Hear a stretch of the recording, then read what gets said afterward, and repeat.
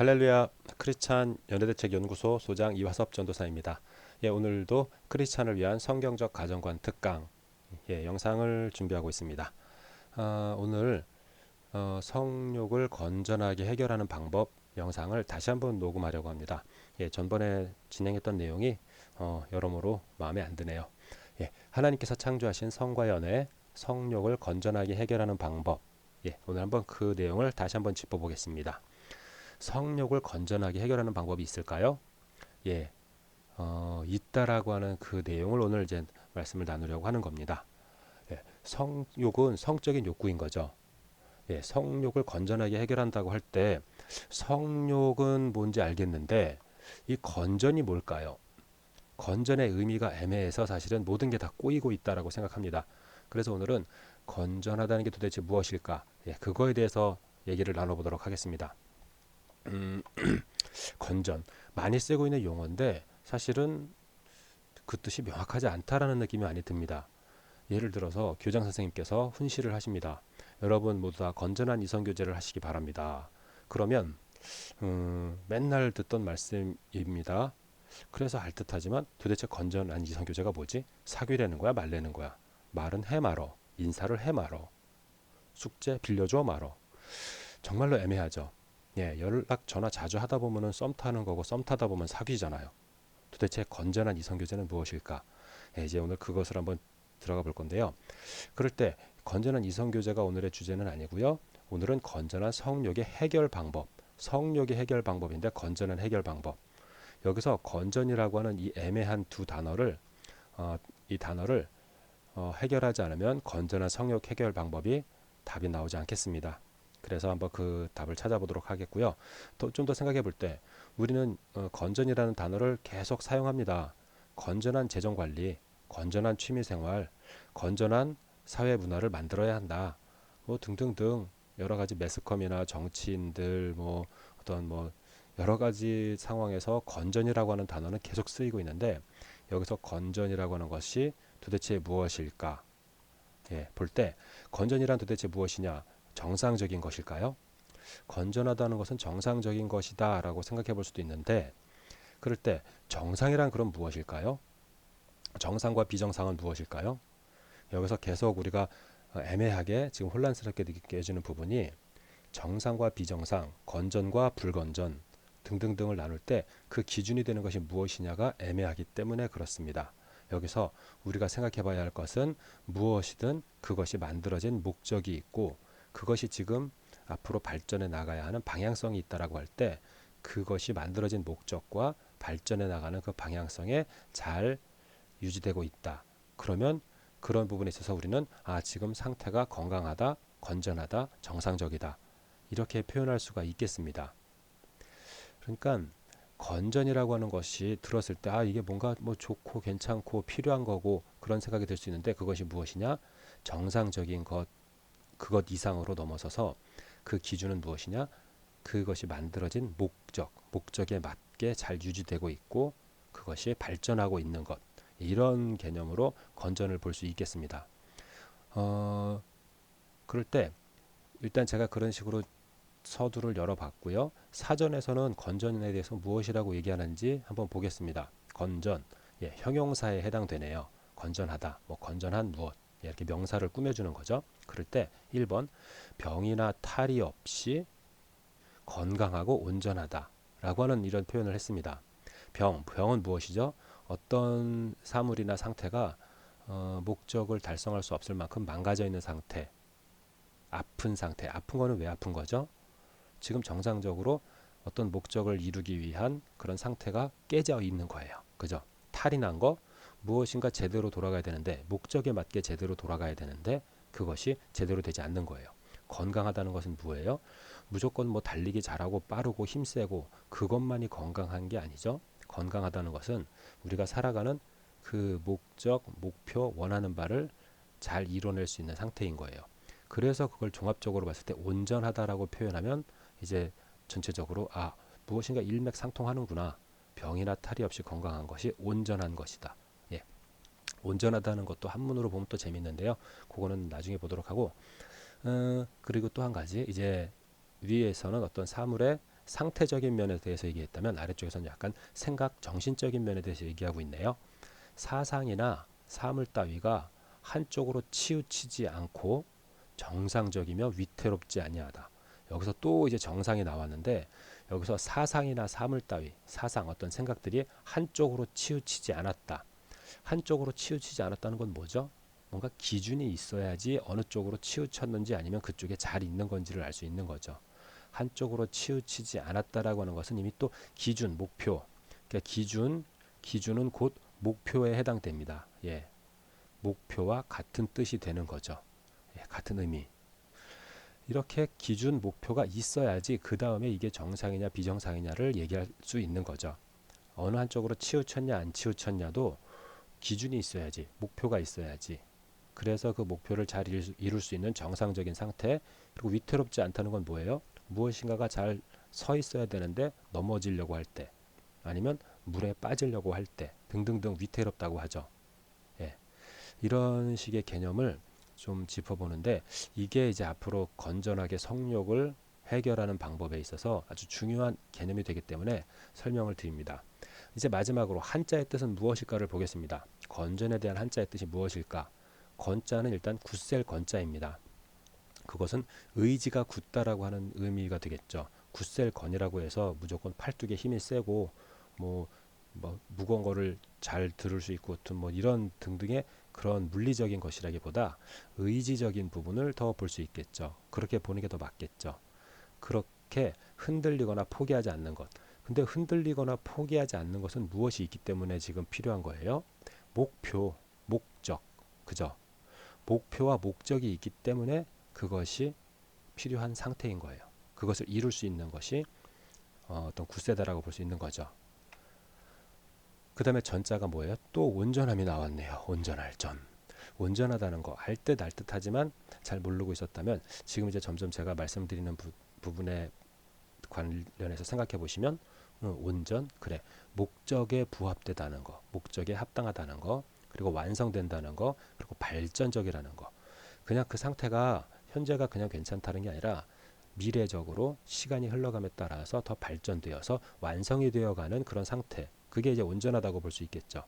이렇게 해서 건전을 한문으로 봤더니 굳세고 온전하다. 그러니까 의지가 굳고 흔들리면서 어떤 그런 위태롭지 않고 목적에 부합되면서 완성되는 그 발전적인 상태. 이런 개념을 좀 더 선명하게 놓고 봤을 때, 아, 이제 그러면 성욕을 건전하게 해결하는 그 건전이 무엇이구나 라고 하는 부분에 대해서 감을 잡을 수 있으리라고 생각합니다. 예, 그렇게 해서 일단 건전이라고 하는 용어를 풀어봤습니다. 그러면 건전에서 계속 나온 게 목적이었습니다. 목적. 그죠? 목적, 목표. 그렇다면 성의 목적은 무엇인가를 봐야겠죠. 그래야지 아, 이것이 성이 온전하게 성의 목적을 잘 이루어가고 있구나를 보게 되는 거니까요. 그럴 때 또 성욕의 특징도 봐야겠습니다. 목적을 이루어가기 위한 그 성욕의 특징, 그리고 마지막으로 성욕을 건전하게 해결하는 방법이 그 모든 생각 결론에서 나올 수 있게 되겠습니다. 예, 위에 있는 생각들을 하지 않고 그냥 성욕을 건전하게 해결하는 방법을 얘기하려 그러면 무엇인가 붕 떠 있는, 그래서 모래 위에 집을 지은 듯한, 그래서 무엇인가 다른 의견이 나올 때마다 헷갈리고 혼동되는 그런 상황이 되겠습니다. 예, 여기서 성의 목적은 제가 강의 영상 여러 군데서 많이 다루었는데요. 성의 목적은 1번 제일 중요한 생명에 관한 목적이 있습니다. 생육하고 번성하라 창세기 1장 28절, 9장 1절, 35장 11절, 48장 4절. 예, 창세기 1장 11절, 28절은 아담에게, 9장 1절 노아에게, 35장 11절 야곱에게, 48장 4절 요셉에게 말씀하셨습니다. 생육하고 번성하라. 생육하고 번성하라고 할 때 생육 번성하려고 그러면 무엇이 필요하죠? 생명, 성을 통해서 생명이 탄생하게 되는 거죠. 하나님께서 인간을 만드시고 최초로 명령하신 생육하고 번성하라. 노아 가족이 노아 홍수 이후에 최초로 하나님께 들은 명령, 생육하고 번성하라. 계속 이렇게 가장 중요한 단계에 그 전환점이 될 때 생육하고 번성하라고 명령하신 하나님께서 성은 생명의 목적을 달성하기 위해서 만드셨다라고 하는 것을 볼 수 있고요. 그 다음에 성은 또한 행복한 목적을 위해서 만드셨습니다. 창세기 2장 18절. 혼자 있는 것이, 남자가 혼자 있는 것이 좋지 않으니 돕는 배필을 만들리라. 돕는 배필은 여자입니다. 그죠? 그럴 때 하나님께서 6일 동안 창조하시는 동안 보시기에 좋았더라 6번 나오고, 보시기에 심히 좋았더라 그렇게 해서 7번 모든 것이 보시기에 심히 좋았더라 라고 하셨는데, 그러는 중에 여섯째 날 아직 하와가 만들어지기 전 하나님께서 좋지 않은 것이 있었네요. 뭐죠? 혼자 있는 것. 혼자 있는 것이 좋지 않으니 그 좋지 않은 상태에서 그 아담 외로움, 그 고독함을 없애기 위해서 돕는 배필, 사랑하는 아내, 뼈 중에 뼈요 살 중에 살 하와를 만들어 주셨습니다. 이게 성을 만드신 목적이에요. 그러니까 성은 생명, 행복, 그리고 이제 관계까지 들어가 보겠는데요. 성은 관계를 위해서 만들었습니다. 물론 성관계도 관계이지만 친밀함의 관계가 더 있고요. 남편과 아내가 연합해서 한 몸을 이루라 라고 하는 말씀 가운데 성이 있습니다. 남편, 남자, 아내, 여자 연합해서 한 몸. 남편과 아내가 연합해서 한 몸을 이루는 것은 정서적, 관계적, 마음적 뭐 이런 관계의 하나됨도 있겠고요. 그럴 때 분명히 성관계의 하나됨도 있겠습니다. 성관계의 한 몸이 돼서 하나됨을 이루는 것이 있는데, 그러면 남편과 아내가 성관계를 누린다고 한 몸이 되나요? 아니잖아요. 계속 둘로 살아가잖아요. 그죠? 근데 정말로 한 몸이 되는 것을 볼 수 있습니다. 어떻게 볼 수 있을까요? 남편의 정자와 아내의 난자가 만나게 되면 각각 두 개였던 따로 있던 생식세포가 한 세포, 한 몸, 한 덩어리, 한 육체가 됩니다. 그죠? 그렇게 해서 남편과 아내가 연합해서 한 몸을 이루는 부부의 관계에서 성이 어떤 하나님의 그 관계의 축복으로 이루어지는 겁니다. 예. 약간 말이 꼬이는 것 같은데요. 남편과 아내가 연합해서 한 몸을 이루는 그런 관계. 예. 그럴 때 하나님께서 그렇게 남편과 아내의 관계 속에서 한 몸을 이루도록, 예, 그렇게 하나님께서 축복해서 만드신 것입니다. 예. 그렇게 되고요. 그러면은 성욕의 특징을 한번 보겠습니다. 성욕의 특징은 어떤가요? 성적인 욕구인 거예요. 그죠? 성적인 욕구인 겁니다. 식욕, 수면욕, 뭐 어떤 뭐 여러 가지 호흡 욕구 뭐 이런 욕구가 있다면 성욕은 성적인 욕구입니다. 성의 특징은 아까 그 전에 목적에서 다 나왔었죠. 성의 목적.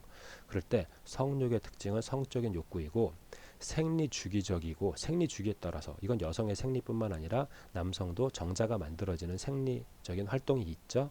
그렇게 해서 정자가 꽉 차게 되면 그것이 저절로 성욕으로 발산이 됩니다. 여성도 생리를 하게 되는 배란 이후에 생리가 가까워지면서 그 생리 주기에 따라서 성욕이 생기는 거고요. 그 성욕은 풀릴 때까지 존재합니다. 예. 그리고 뭉치면 커집니다. 성욕을 다른 방법으로 해소해라. 저는 이거는 정말 정말 쓸데없는 말이라고 생각합니다. 목이 마를 때 물을 마셔야 하죠. 숨을 쉬고 싶을 때 숨을 쉬어야 하죠. 그럴 때 성은 하나님께서 생명과 관계와 친밀함 하나됨을 위해서 만드신 건데, 그 하나님의 목적은 분명히 생명을 만드는 성행위까지 갈 수 있도록 가고 싶도록 성을 만들었는데, 운동을 하거나 뭐 주기도문을 외운다거나 애국가를 부른다거나 뭐 다른 취미를 갖는다거나, 이것은 하나님께서 만드신 성의 목적을 근본적으로 외면하는 것이다라고 생각합니다. 그래서 성은 풀릴 때까지 존재하는데 생명을 만드는 성관계까지 가고 싶은 거죠. 그럴 때 그 성욕은 결혼했는지 안 했는지 상관없이 발동하게 됩니다. 그래서 이제 많은 부분이 혼란스러운 건데, 분명히 남편과 아내가 부모를 떠나 한 몸을 이루는 그 관계 안에서 부부가 되어서 자녀를 양육할 수 있는 부부가 되어서 생명 관계를 가져야 하겠습니다. 예, 그럼 이제 마지막으로 성욕을 건전하게 해결하는 방법을 실제적으로 정리해 보겠습니다. 예, 아까도 좀 전에 말씀드렸지만 뭐 운동, 독서, 취미, 애국가, 잠자는 거, 예, 다 불가능합니다. 예, 찬송과 주기도문은 그럴 때 쓰는 게 아니죠. 하나님께 찬송드리고 하나님께 기도드릴 때 주기도문 쓰는 거지, 성욕 없애라고 주문 외우듯이 무슨 주술적인 그런 거 아닙니다. 운동하면서 건강한 몸은 성욕이 아주 더 강력하게 나올 수밖에 없죠. 독서, 책을 본다고요? 책 안에는 수많은 연애와 멜로적인 정말 그 애틋한, 그리고 아주 어떻게 보면 너무너무 야한, 결국은 성욕을 더 자극하네요. 취미, 예, 취미를 정말 미칠 듯이 해서 취미가 끝나고 나서 성욕이 안 생길 수 있을까요? 애국가?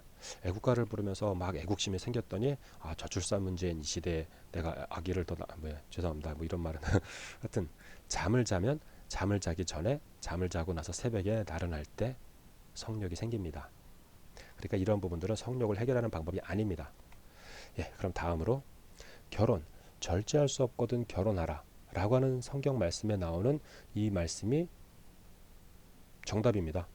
성욕을 건전하게 해결하는 방법, 가장 좋은 방법은 절제할 수 없거든 결혼하라. 우리는 성욕에 대해서 성욕을 없애라가 아니라 성욕을 절제하라고 말을 하죠. 근데 절제는 뭐예요? 나쁜 것을 없애는 게 아니라 좋은 것이지만 과도하게 하지 말라는 거예요. 그러면 성욕 자체는 좋은 거라는 거잖아요. 그죠? 근데 그 성욕을 절제할 수 없으면 결혼하라. 성경 말씀에 고린도전서 7장 9절 말씀인데요. 절제할 수 없거든 결혼하라. 그 성욕이 너무 강해서 절제할 수 없거든. 그 연애 관계가 깊어져서 연애를 하고 만날 때고 데이트를 할 때마다 성욕이 너무너무나 강력해진다면 절제할 수 없다면 결혼하라. 성경 말씀에 나오는 답이에요. 그죠? 그리고 이제 한 가지 더 자위에 대해서 보겠는데요. 이 자위 부분이 이제 제일 애매하죠. 그런데 저는 건전한 자위가 가능하다. 예, 이 부분은 다른 영상에도 담겨 있으니까 그것을 보시기 바라고요. 음란한 자위, 음란한 동영상 그런 부분을 정리하면서 음란함에 대해서 정리했습니다. 그렇게 생명과 관계를 파괴하는 자위는 음란한 자위입니다. 건전한 자위를 잘 하게 되면 현타가 없어지는 자위가 됩니다. 예, 이 부분이 가장 궁금하신 부분 많으신 것 같은데요. 예, 건전한 자위가 되면 죄책감과 현타가 없어지는 자위가 가능합니다. 이 부분은 제가 책으로도 출판한 크리스찬의 연애 순결 자위 그리고 성경적 가정관 이 책에도 담겨 있으니까요. 그 내용을 한번 살펴보시기 바랍니다. 예, 오늘 전에 했던 내용이 좀 너무 정신없는 것 같아서 다시 한번 녹음을 했고요. 이렇게 해서 한번 여러분들이 건전하게 성욕을 해결하는 방법에 대해서 건전의 의미를 잘 정리하시고 성욕을 건전하게 해결하는 방법 그 길을 찾으시면서 성경 말씀 안에서 성경 말씀에 부합한 합당한 제가 말씀을 풀어가고 있는지 성경 말씀을 통해서 확인해 보시기를 바라고 어떤 여러 가지 의견이 있으시면 언제든지 연락 주시기 바랍니다. 예, 이렇게 본문 내용을 마치고요. 저는 크리스찬의 성, 연애, 결혼에 관한 성경적 가정관 특강이나 상담 코칭을 진행하고 있고요. 강의 연구 과정도 진행하고 있습니다. 예, 비밀 질문 답변은 유튜브에서는 비밀 질문이 안 되는 것 같더라고요. 크리스찬 연애대책 연구소 홈페이지에 접속하셔서 여기에 비밀 질문을 올려주시면 답변을 드리도록 하겠습니다. 예, 이상 크리스찬 연애대책 연구소 소장 이화섭 전도사입니다. 감사합니다.